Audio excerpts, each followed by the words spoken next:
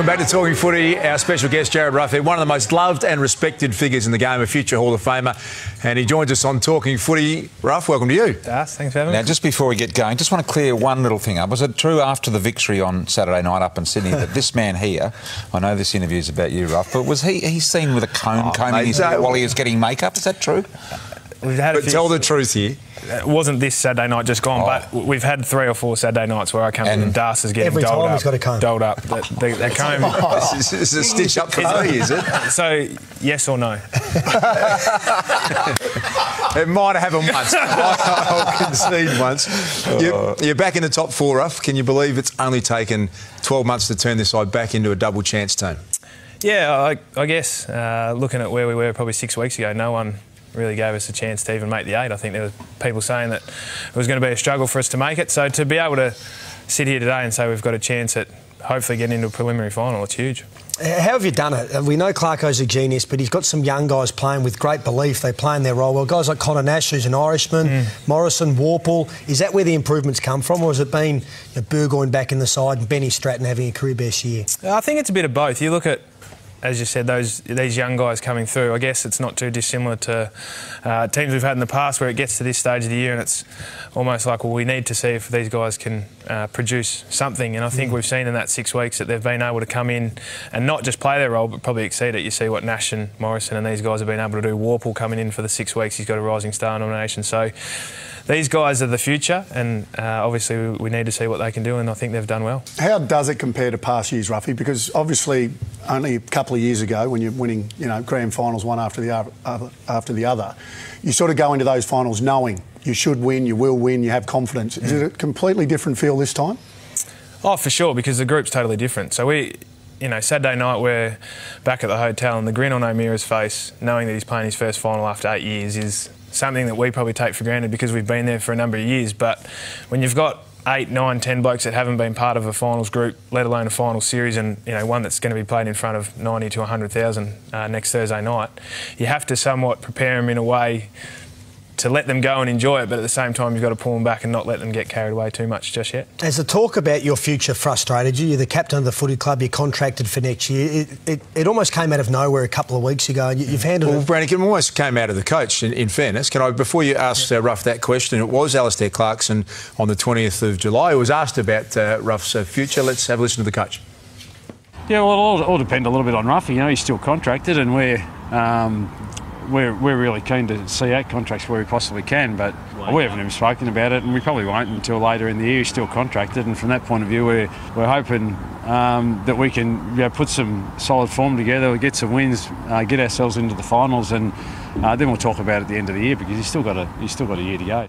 I love the idea of celebrating the great players like yourself, Rough, and we're barracking for you to keep going on. Is it frustrating that you're in a great period of your life and you're in the top 4 again that these questions come up, or is it just you just deal with it because it is? I probably didn't deal with it great because it's the first time that I've had that type of criticism. So normally footy players, and because we've had some success, you're probably used to having pump-ups your whole career, and then finally when I guess you come towards the back end of your career, you're going to have these questions asked. So I probably didn't deal with it in the way that I probably should have, and I guess you understand that that's part of what is footy and when you start to come towards the end of your career. Tommy Brown just went with a story saying that you actually had enough and you said, grabbed a couple of beers, went round to Clarko and had it out with him. Is that true? No, I guess so. Clarko and I'm pretty lucky. I've had Clarko for 14 years. And I've had 6 PMs in that time as well. So Clarko and I are great friends, and so we have chats all the time in regards to, form on the weekend, team structure, what happens next year. So yeah, we've had discussions about it. But particularly about your career? Yeah, we've had discussions about that. Obviously, going forward, the next couple of years, we're going to have those chats, whether it be, 2 weeks ago or, over pre-season and even next year. It's probably best off that you have those chats rather than just think you get to the end of the year and it's just like, righto, that's it. The fact that Hodgie's gone on and he obviously left the club, and Mitchell, Lewis and all those guys, that was sort of the great unknown. That hit all of us, not only, I guess, his teammates. Is that why you probably want to get on the front foot and have a chat to Clarko? More so than you normally would? It's probably a unique situation because no other club has probably done this. And, you know, when it comes to any one of us in our later parts of the career, I guess we're going to get asked the question, do you want to go somewhere else? Is it part of your plan or part of the club's plan? But for me, it's not one that I'm thinking about now, because in 10 days' time we've got arguably the biggest game of our season coming up. So going into next year, would you consider relinquishing the captaincy? And if so, who is the next captain of the Hawthorn Footy Club? Because from the outside looking in, there's no clear next captain of that club. Yeah, I mean, each year to year, you've been a part of us. It's not as if you just get it straight away. So it will depend on a vote in pre-season amongst the leaders, and then going forward to see what happens. But, maybe for me that could be good, but maybe for the footy club, having another skipper as well as me being around, it could be a good thing as well. In terms of who that next one could be, I couldn't. You could probably put a blanket over 4 or 5, to be honest, but I'm not going to sit here and say one bloke deserves it more than the other. Hey, Ruff, I keep hearing a bit of noise around this week. We're really happy we got there. It's a great achievement to get to top 4. I get the sense that behind the scenes there's this inner belief that you can absolutely roll Richmond this week and you are a genuine chance to win it. The public language is just, don't worry about us, we're just going away quietly. Can you win it this year? Oh, well, we're going to have to play at our best to do that. Our last 5-6 weeks have been good without being extraordinary. We've played some good sides in, Geelong and Essendon at the MCG, and even beating Sydney away on the weekend was a very good win. Can you win it? Well, we've put ourselves in a great chance to do that, I guess. Is it more open then than in the years when you have won, where you've had really good teams around you? Geelong and a couple of others have been real genuine contenders. This year it seems to be much more open, doesn't it? Yeah. I mean, as you said, Richmond are obviously the standout. They have been the standout for the past 18 months. So, as I said before, though, we've done what we can do, which is get to the top 4, and now it's a different kettle of fish, really. We go into next Thursday night with a big chance to try and knock off arguably the best team this year. After all the cancer stuff, and you've got over that and you've gone on to play this year, do you view life and football differently as a result of it? Yeah, of course. It's not... I mean, growing up and probably my first 12 years, footy was everything, and that's all I really thought about. But, after being what I've been through, I think I understand footy's not everything, and I don't get caught up in the week-to-week stuff of what can be a life of an AFL footballer now. Hey, Ruff, we're excited and happy that your health's fantastic, and the way you've come back and handled yourself and played has been an amazing story. Has there been any side effects from the chemo drugs that you took? I understand there might have been some nerve-ending troubles. Has that caused you any distress this year? Or? Not this year. I had 4 different side effects when I was going through my treatment, and the nerve one is true. I had some numbness in the end of my feet, which caused a bit of a worry, because you kind of need those as tools for my job. So it feels like they're in ice, does it?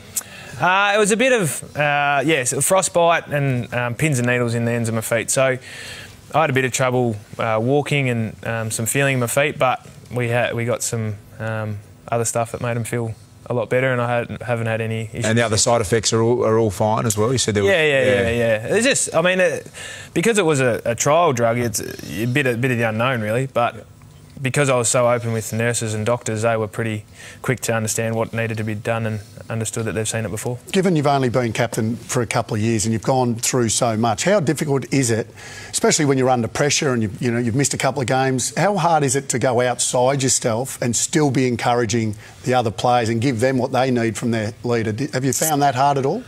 Yeah, because I think I found it hard initially, because for 12 months I purely have to focus on myself because I had to, otherwise I'm not here. So then as a captain, and you guys know, you have to worry about everyone else, which to go from one extreme to the other was pretty hard. And I have no doubt have found these last 2 years have been pretty hard in captaining the side, but at the same time I've enjoyed it. So I guess you learn a lot about yourself, but at the same time it comes with its challenges, and we all know that. So the season hasn't ended for you yet, but you would have planned a bit of a trip towards the end of the year, Ruff. You're going over for a bit of basketball or NFL. How are you going to do it at the end? Yeah, I'll get away for a little bit. Hopefully try and get some basketball, and then I'll probably get away with the girls. You're good mates with Ingles. Well, what have you made of his brilliant career at the Jazz? Well, he has been brilliant the last 2 years, hasn't he? Joe Ingles, you're talking about, Australian basketball. Yeah, no, I mean, to see where he's come from... Are you saying he's not brilliant? No, I'm just watching, because you're not a basketball fan. The fact he didn't know his first name, Ruff, I knew him that well that I went with his second name. I am a basketball nuffy. Really?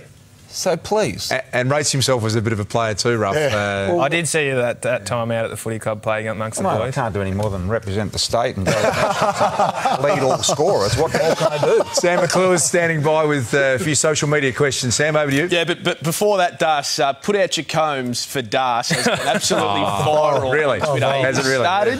Ruffy has absolutely started something. A few questions, Ruffy, if we can. Yeah. Nick Rochilla on Facebook wants to know if the Warpedo is the best first-year player in the comp. He's been very good for us. I don't know about best first year straight away. There's been a lot of guys that have played well, and I think if you watch his past 5 or 6 weeks, he's been super for us.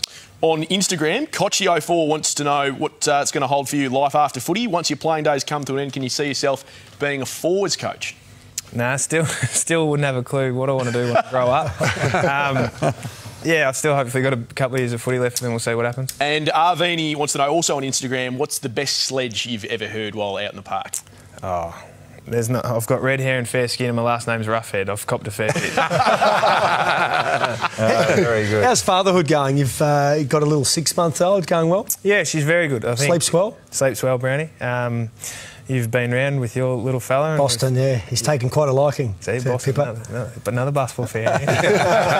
No, it's good. It does. It changes your life for sure. You know, you get home after bad days and she doesn't care. She's just there grinning with her 2 teeth ready to go. Hey, Ruff, the fact that you're with us, healthy, playing great footy, and you've got your side back into the top 4 is an incredible story. Couldn't have more respect for you and your footy club. Good luck in the next month. It's going to be great. Thanks, boys. You too. Jarryd Roughead, superstar from the Hawthorn Football Club.